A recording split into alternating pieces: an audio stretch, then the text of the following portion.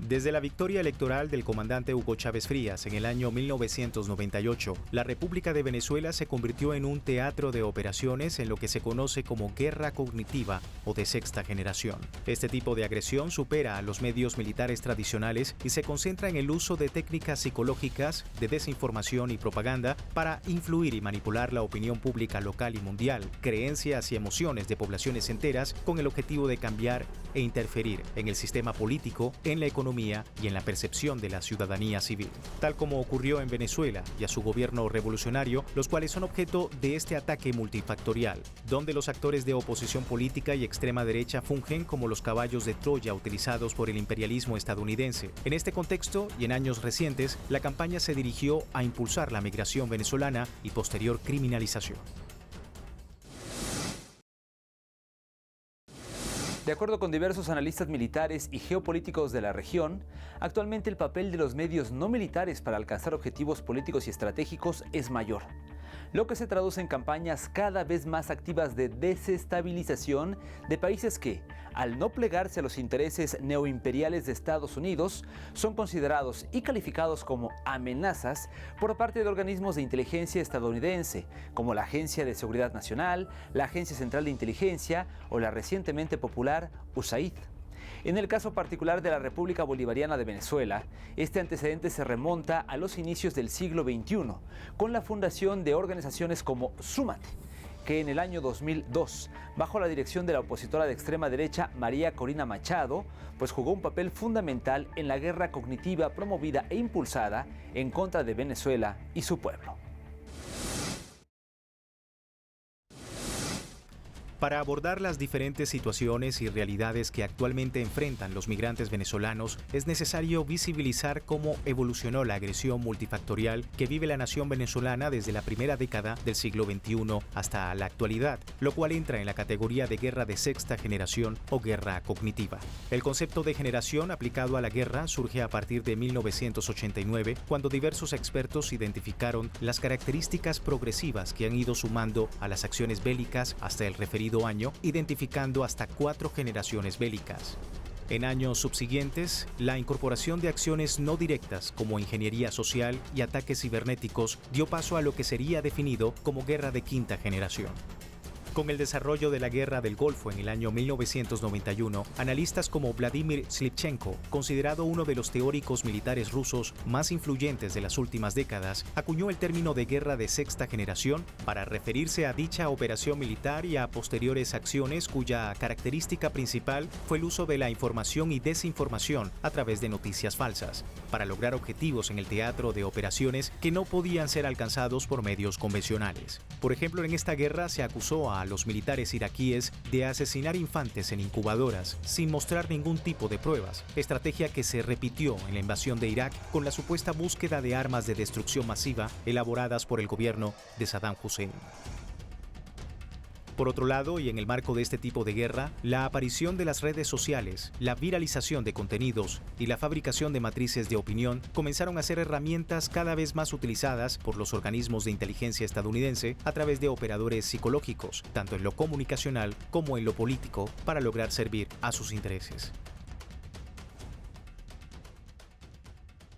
Por ahora, yo considero la guerra cognitiva como el paquete general, el misil con el que están tratando de que votemos por determinada persona, pensemos mal o bien de determinada persona o dirigente. Y lo llamo operaciones psicológicas. Son operaciones mínimas que van moldeando esa manera de pensar. Las operaciones psicológicas, me gusta más el término porque implica percepción, implica cognición e implica emoción. Y esas tres cosas se barajean y se trabajan. En Venezuela, las primeras acciones catalogadas como una guerra cognitiva en contra del pueblo venezolano ocurrieron en vísperas del golpe de Estado al entonces presidente Hugo Chávez, consumado en abril de 2002. Pocos meses antes, el 13 de noviembre de 2001, el gobierno nacional había aprobado 49 decretos ley en el marco de la ley habilitante. Entre estas, destacó la Ley de Tierra y Desarrollo Agrario, que protegió los derechos de los campesinos, y la Ley Orgánica de Hidrocarburos, la cual trastocó los intereses de empresas energéticas norteamericanas suramericanas al incrementar el 30% los tributos que debían pagar estas transnacionales por la explotación petrolera y fijar en el 51% la participación mínima del Estado en empresas mixtas.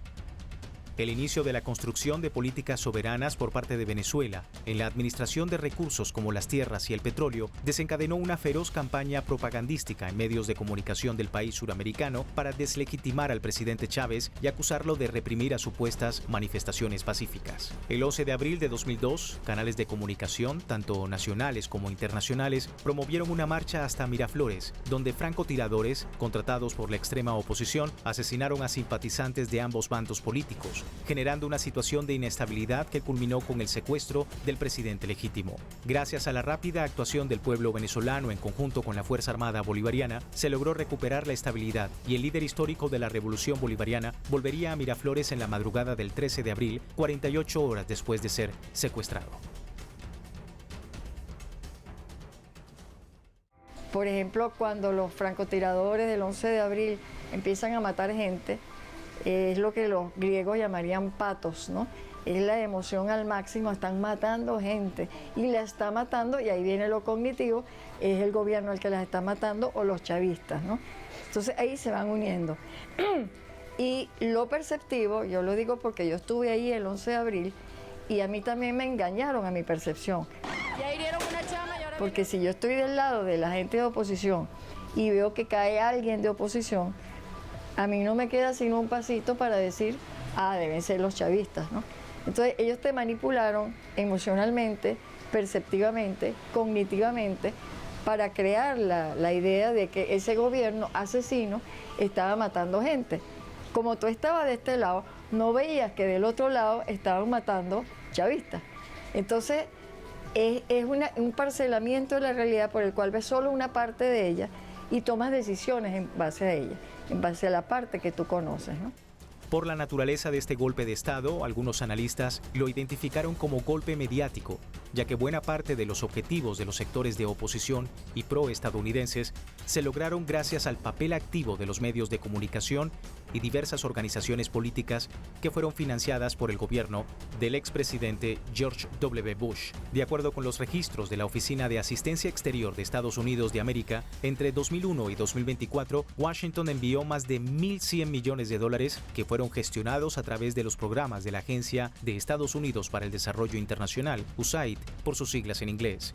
Asimismo, el citado informe reveló que hasta un 86,95% de los recursos fueron destinados por los diversos presidentes estadounidenses para promover un cambio de gobierno en Venezuela. Dicha política gubernamental estadounidense se mantuvo luego de la muerte del comandante Hugo Chávez en el año 2013 y tras la victoria del actual presidente Nicolás Maduro Moros. La administración estadounidense incrementó el financiamiento, pasando de al menos $6 millones en 2013 a más de $9 millones en 2016, para reforzar aún más las acciones desestabilizadoras de la extrema derecha en la tierra del libertador Simón Bolívar, lo que se combina con las sanciones unilaterales en contra de la economía venezolana.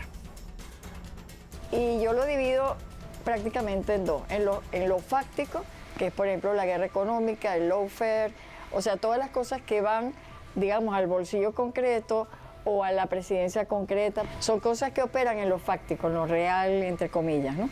Pero está lo fáctico y está lo imaginario, si tú quieres.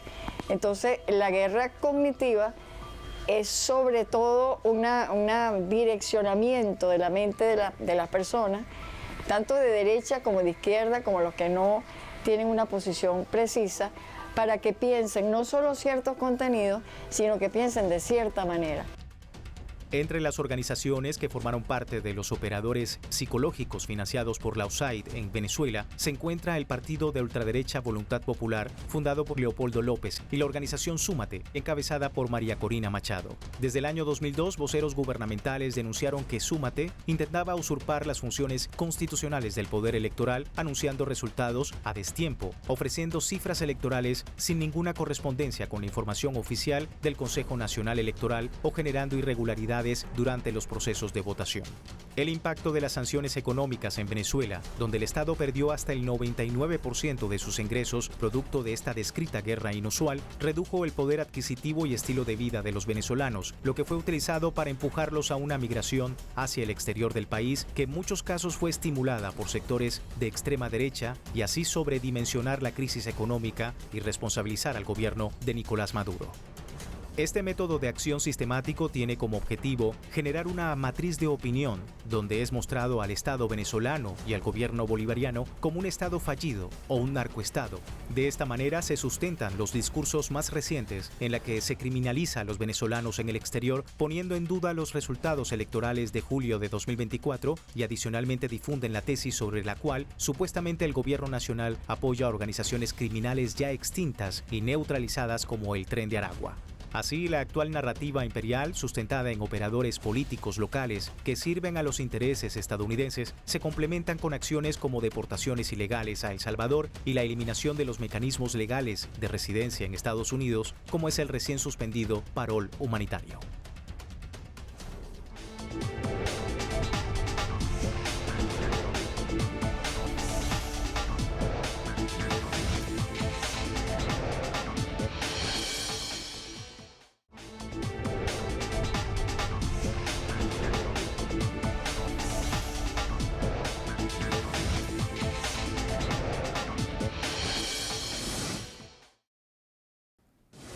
Dentro de las guerras de sexta generación, la desinformación es categorizada como un instrumento clave de las amenazas híbridas y su objetivo es generar inestabilidad y desgaste en el gobierno adversario, crear polarización política, dinamitar la coexistencia y los consensos. El aplanamiento multifactorial al que fue sometido el pueblo venezolano desde la aplicación de las sanciones económicas unilaterales por parte de los representantes económicos de los conglomerados en la Casa Blanca originó un movimiento migratorio que en la actualidad es exacerbado por la administración Trump para incrementar la presión política sobre el gobierno constitucional de Nicolás Maduro. En estas circunstancias, los mensajes de sectores de oposición, haciéndose eco de funcionarios estadounidenses, no solo generó un gran descontento en importantes capas de la sociedad venezolana, sino que constituyen una muestra de su papel como subordinados, operadores psicológicos al servicio de las políticas injerencistas del neoimperialismo de Estados Unidos de América.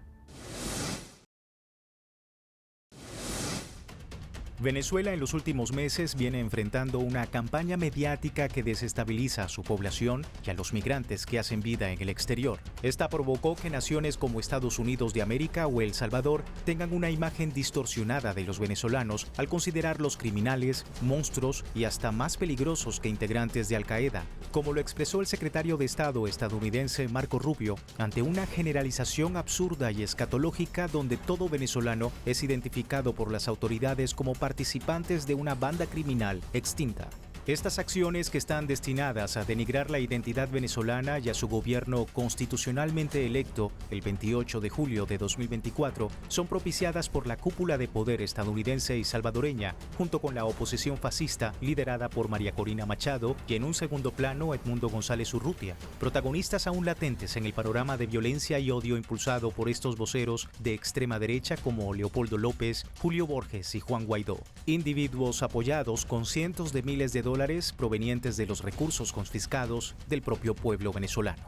Los venezolanos, ante la falsa idea del sueño americano y de promesas por parte de la oposición, sufrieron injusticias que dejaron una huella en la psiquis de los migrantes que querían hacer la diferencia y que hoy regresan repatriados a su nación, decepcionados con una ilusión e imagen que al final fue engañosa. Los afectados de esta ilusión distorsionada alzaron su voz por los diversos medios de comunicación, mostrando los malos tratos y dificultades que tuvieron que atravesar, como el de los venezolanos Kendry Urdaneta y Víctor Camero, quienes narraron su travesía y afirmaron lo que ya se decía por diversos medios de la existencia de coyotes, quienes, a cambio de una cuantiosa suma de dinero, trasladan ilegalmente a migrantes al destino elegido. Te dicen que tienes que pagar, creo que son 2.000 quetzales para cruzarte del lado de Guatemala para México, cuando tú podías cruzar por el puente y básicamente pagar como 20 quetzales. Entonces esta gente no te lleva directo al matadero. a que te empiecen a extorsionar. Y muchos caen en eso. Muchos, muchísimos, hermanos, muchísimos. Que no es nada de sueño americano. Nada, nada. Pues no fuimos hasta allá y pues pensando en la plata, y la plata ya no vale nada. El presidente es malo. Y el presidente ya es malo, no los quiere. Ni a los cubanos, ni a los venezolanos. Nos dice, el ahí nos dice que no nos va a dar ni una salida para ningún lado. Nos puede tener, como les dije anteriormente, nos puede tener 3 a 2 años ahí metidos. Así meta abogado, no le importa. Ante la categorización sistemática de criminalizar a los venezolanos y el maltrato al que son sometidos, el fiscal general de la República de Venezuela, Tarek William Saab, se pronunció ante las constantes violaciones a los derechos humanos de los migrantes venezolanos y la continuación de prácticas denigrantes. Y así lo voy a tipificar de una vez de entrada. Esto se convierte en un crimen de lesa humanidad. Porque están todos los supuestos que a bien el Estatuto de Roma consulta, registra para que una acción de este calibre sea tipificada como crimen de lesa humanidad. Primero, porque es la discriminación por una nacionalidad. ¿Cuál es la nacionalidad? Ser venezolanos. Eso no tiene parangón, eso es una violación absoluta del Estatuto de Roma y del Pacto Internacional de Derechos Civiles y Políticos de la ONU.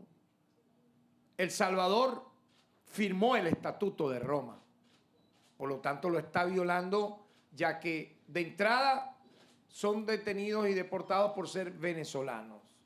Segundo, han sufrido tratos crueles, inhumanos y degradantes. Tercero, han sido privados ilegalmente de su libertad, aparte de haberles violado su integridad física.